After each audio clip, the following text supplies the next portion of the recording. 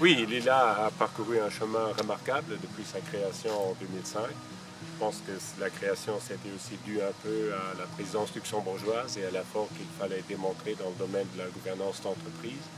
Depuis lors et à l'époque, Lila a bien sûr reposé beaucoup ses activités sur des partenaires externes. Depuis lors, elle s'est beaucoup professionnalisée, elle a des ressources propres significatives qui lui permettent vraiment d'accomplir sa mission d'une manière beaucoup plus personnelle.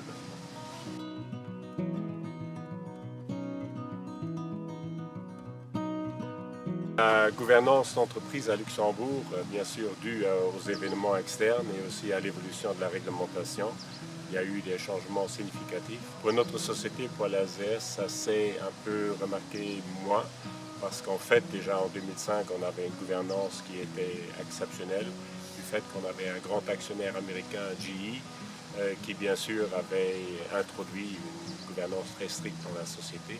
Et donc lorsque les règles de la gouvernance d'entreprise ont été établies, on était très présent dans les travaux et on a pu y intégrer l'expérience qu'on avait.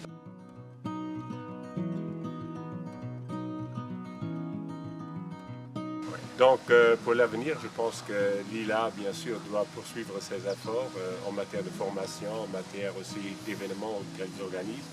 Mais peut-être que la cible devrait être diversifiée un peu davantage. Personnellement, j'ai l'impression qu'aujourd'hui, beaucoup est fait vers le secteur financier, les banques, les assurances, les fonds d'investissement, tandis que peut-être il y a moins d'énergie qui est consacrée au secteur de l'industrie. Bien sûr, c'est un peu plus difficile dans l'industrie parce que la masse critique peut-être n'y est pas. Les sociétés sont assez différentes l'une de l'autre, mais je pense que ça vaudra la peine pour aussi améliorer la gouvernance dans le secteur industriel.